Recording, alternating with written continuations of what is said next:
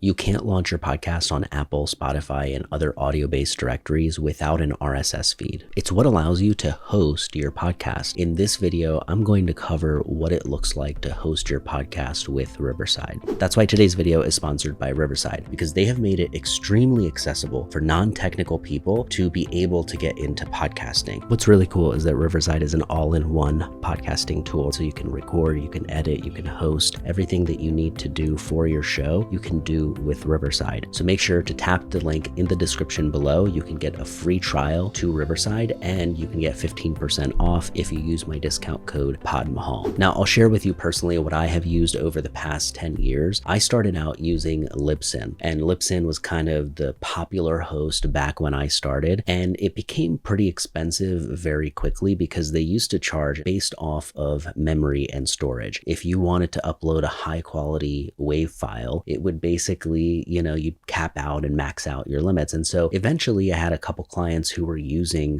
Buzzsprout, and I really liked the interface and what I saw, and analytics are really important to me. And so at that point, not only did I migrate my own show, but all of my clients on my roster, I migrated them from Libsyn over to Buzzsprout. And since then, over the years, viewers of this channel actually have reached out, and I've gotten to see so many different hosting tools that people use. And so it goes to show you there are many ways to get the job done. But I will say the one thing you want to consider with your podcast hosting software is you don't want to be hopping around every month or couple of months. Even though all the tools make it pretty easy for you to migrate your existing show over, you want to kind of do it when there's a good reason to. And I personally believe that Riverside is a good reason to, because you're likely going to be using it already. And so if you find yourself using it for recording or editing, I'm going to show you how the hosting aspect works. So you might be wondering, how does an RSS feed work? And so it is basically a link that the hosting software that you choose is going to produce for you. And this link is what allows you to get your show distributed to all of the different platforms out there. When a new platform comes out, like I remember when iHeartRadio came out and became really popular, you don't have to manually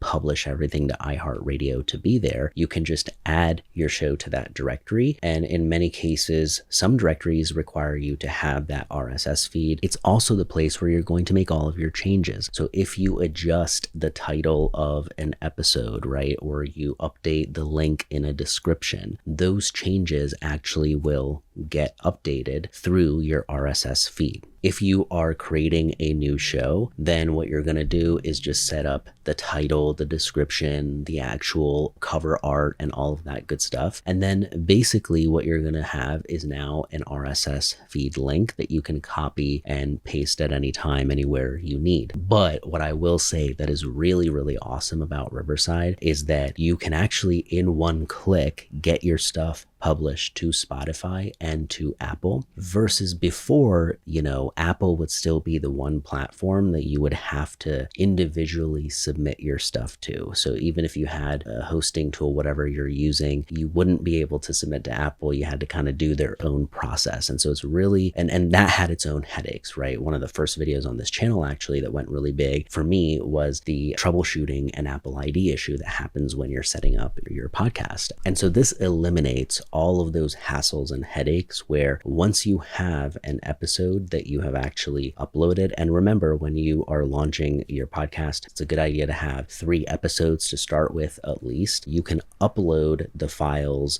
or if you have edited your episodes in Riverside, what's really nice is you can just bring those files over in one click, add the title, the description, all of that stuff, and then basically save it as a draft. And so this really eliminates tons of hassles and headaches that can come with Apple's own world, where through Riverside you can do most of everything you need to do and literally in just one click have your show out to these directories. And as new directories pop up, you are basically able to add your show to them. A lot of times in hosting software that will come up automatically, but if you decide that you find one that people are listening to, for example, Pocket Casts was something that, I had a couple listeners, I had no idea that was an app that people really listened much on, but You have these niche audiences everywhere who have their preferred podcast listening tools, right? And so some people like Apple, some people listen on Spotify, some people always listen on YouTube like myself. And so everyone's got their preference. You can actually gain access to tons of new listeners by being on all of the odd directories that are out there. I mean, it's free to do. Nobody's charging you to be there. There's no reason not to really have your show in those places for most people. Now, inside of Riverside, all you have to do is hover over to the hosting tab on the left-hand side. If you don't have anything set up here, you're going to see two options: create new podcast or import existing podcast. Now, once you have created your new show and you've added the details and cover art, all that good stuff, what's going to happen is you need to upload your first couple episodes. And so for an example, if you, let's just say, even have one episode, once you have it actively published and it's not in a draft stage anymore, then what this is going to allow you to do is now submit your show to all of the different directories. Once you hit the plus icon, you'll see that these different places like YouTube, Amazon Music, iHeartRadio, Deezer, they're additional places that I can connect my show. For now, I just have it, for example's sake, in Apple and Spotify. And then at any point, if I want, I can take the three dots in the corner, tap on that, and hit